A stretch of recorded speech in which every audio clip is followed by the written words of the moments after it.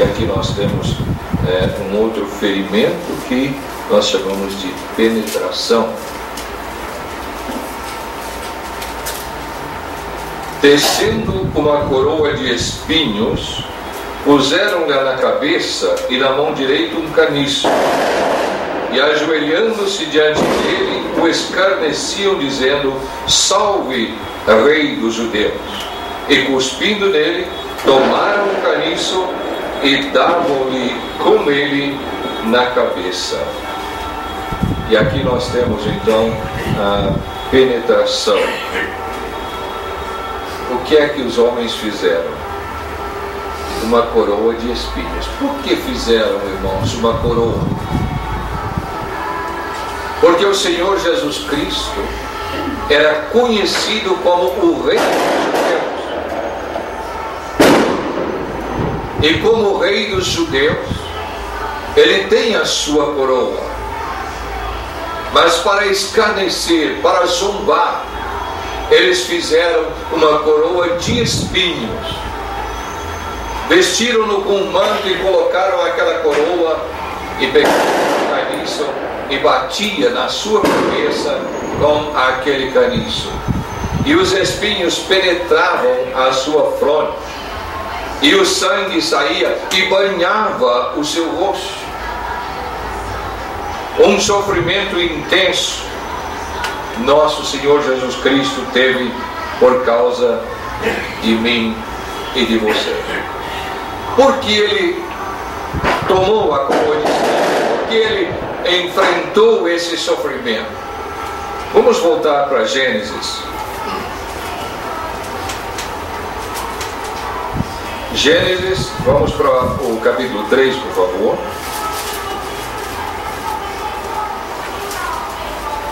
Versos 17 e 18.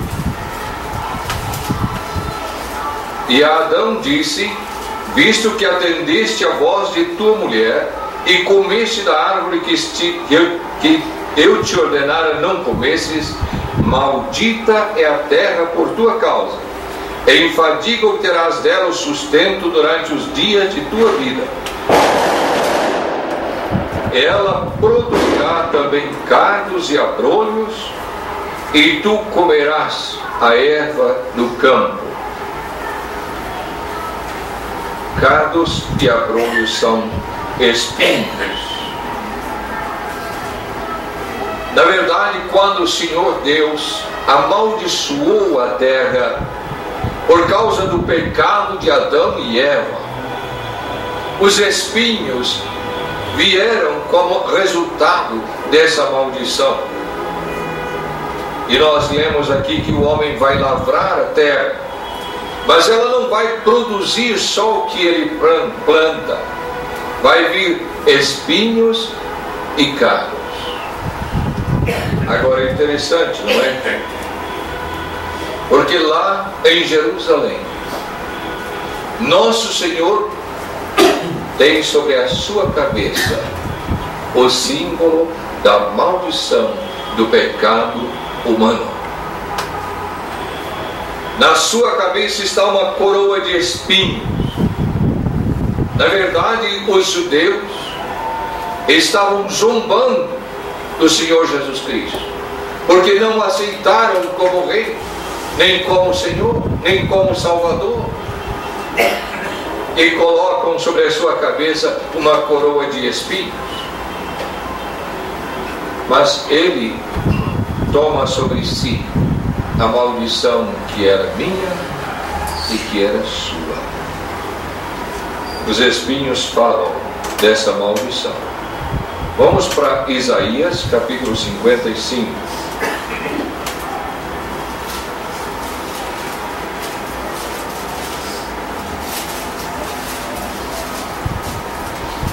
Isaías capítulo 55,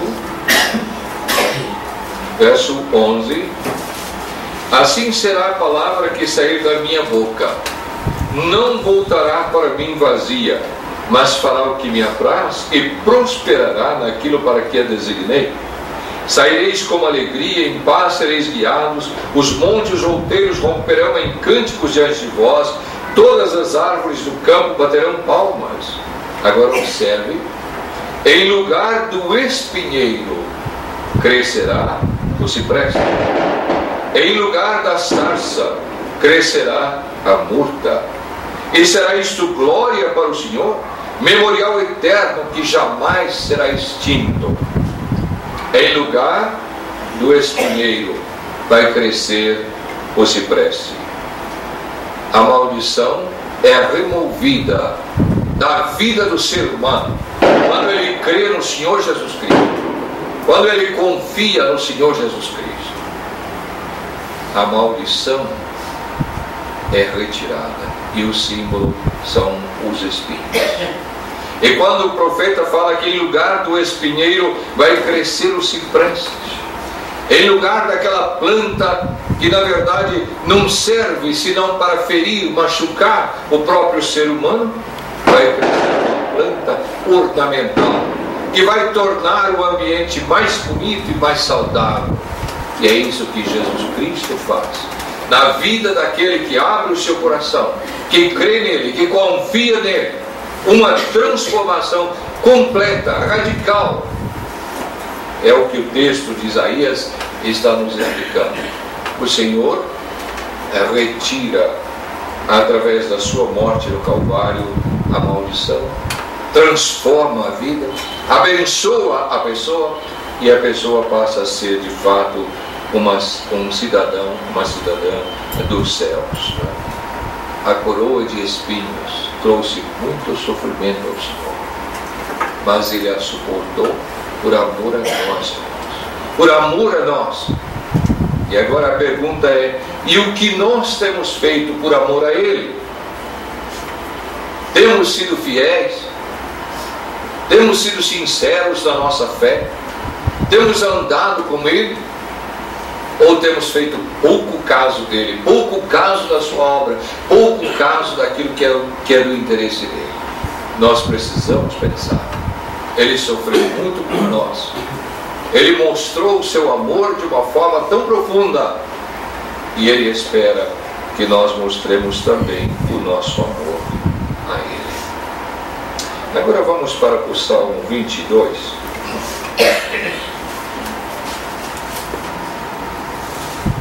Salmo 22.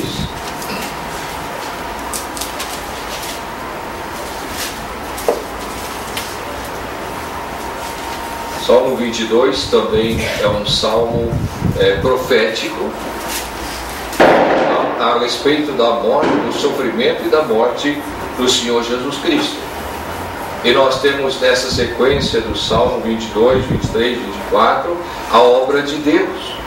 Nós temos no 22 a obra do Calvário, a morte de Cristo ali no Calvário. No 23 nós temos o pastoreio dele, o cuidado dele por cada um que crê nele, por cada pessoa que pertence a ele. Ele cuida de nós, ele zela de nós, ele vive para interceder por nós.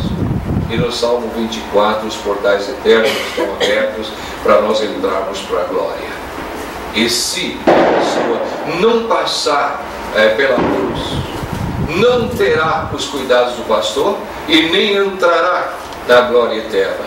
Então é maravilhoso pensar que a obra do Calvário nos proporciona o direito de habitar os céus, de viver com Deus por toda a eternidade. Essa vida aqui, irmãos, é mesquinha. Essa vida aqui não tem valor.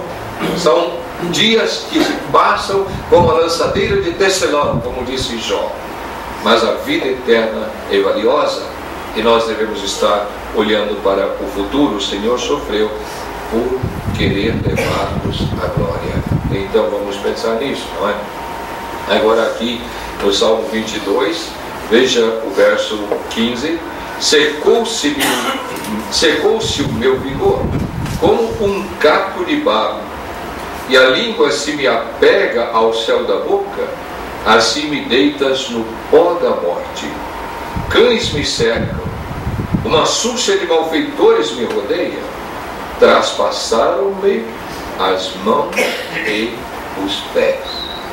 Esse é o próximo ferimento, né? É perfuração. Traspassaram-me as mãos e os pés. A profecia é tão perfeita, não é? Nós lemos aqui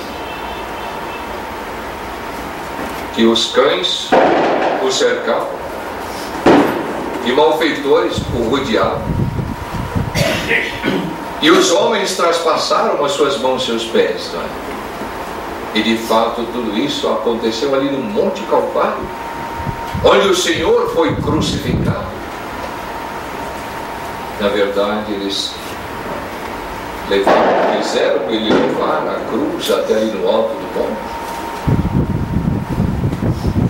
e lá eles cravaram as suas mãos, não é? Como aqueles cravos, aqueles pregos grandes, não é? E você pode imaginar a dor quando aquilo estava furando a mão dele. Pode imaginar quando estava furando os seus pés, pregando ele ali naquela cruz, antes de levantar aquela cruz. Eles perfuraram o seu corpo, as suas mãos e os seus pés. E sabe de uma coisa? Para aqueles que não acreditam, os sinais dos cravos ainda estão com ele até o dia que nós chegamos ali, não é verdade? Olha para o Evangelho de João, capítulo 20, versículo 26.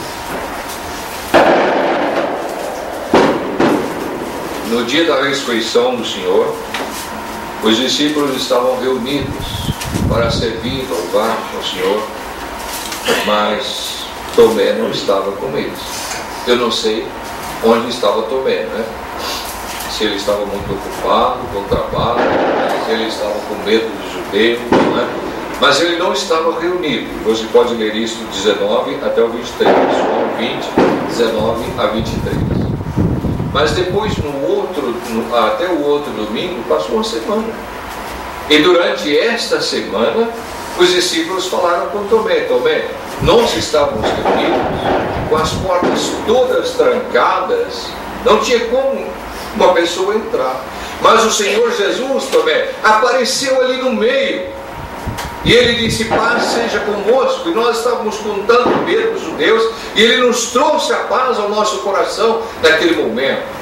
E o Tomé todo enciumado, né? Talvez até pensando: estão falando isso porque eu não fui na reunião, não é? Porque sempre quando a gente fala, se alguém falar, a gente fica bravo, não é? Não é assim? Eu falo: não, está quietinho. Mas eu acho que a gente deve lembrar do Tomé, né? O Tomé faltou no primeiro domingo, dia da ressurreição. Mas quando foi no segundo, o Senhor apareceu. Ele estava no Tomé, mas o Senhor apareceu para Tomé. Ele não apareceu mais para aqui falar com os 12. Veja no versículo 26. Passado 8 dias, estavam outra vez ali reunidos seus discípulos e Tomé com eles. Veja como João escreve: estando as portas trancadas, veio Jesus, pôs-se no meio e disse-lhes: paz seja convosco. E logo disse a Tomé: põe aqui o teu dedo, vê as minhas mãos, chega também a tua mão, põe lá no meu lado, não sejas incrédulo, mas crente. Respondeu-lhe Tomé: Senhor meu e Deus meu. Disse-lhe Jesus: porque me viste, creste? Bem-aventurados que não viram e creram. O Senhor apareceu no domingo seguinte para falar com Tomé. E logo disse a Tomé, né? Tomé faltou. E quando a gente falta, é uma falta, não é verdade? E o Senhor apareceu para falar com Tomé. Falou para ele: Tomé, vem aqui, ó. Põe a tua mão aqui na minha mão. Põe a tua mão aqui no meu lado. Veja os sinais dos cravos, da perfuração. Não sejas incrédulo, Tomé, seja um crente, não é? Tomé, com certeza, jamais podia esquecer aquele domingo. mas os sinais da perfuração estão ali nas mãos do Senhor, no seu lado e nos seus pés. Ele sofreu a dor, e quando levantaram aquela cruz para soltá-la naquele buraco, certamente o seu corpo pendurado rasgava a sua carne. E a dor foi intensa. E das 9 da manhã até as 3 da tarde ele estava ali. Ao meio-dia Deus desceu um manto negro sobre a terra para que ninguém visse o maior sofrimento do Senhor Jesus Cristo, que foi o sofrimento pelo meu pecado, pelo seu pecado. Não fora só os sofrimentos do corpo, não foram só esses sofrimentos que nós estamos mencionando do seu corpo, mas o profeta Jonas disse: todas as ondas e vagas da tua ira passaram sobre mim. E isso aconteceu naqueles momentos quando Deus ocultou do mundo esse intenso sofrimento pelos meus pecados e pelos seus. E nós precisamos entender isso, precisamos ser gratos ao nosso Senhor. Maravilhoso quando nós podemos reconhecer que os sinais do escravo estão nas suas mãos, por causa que ele queria nos salvar. É maravilhoso.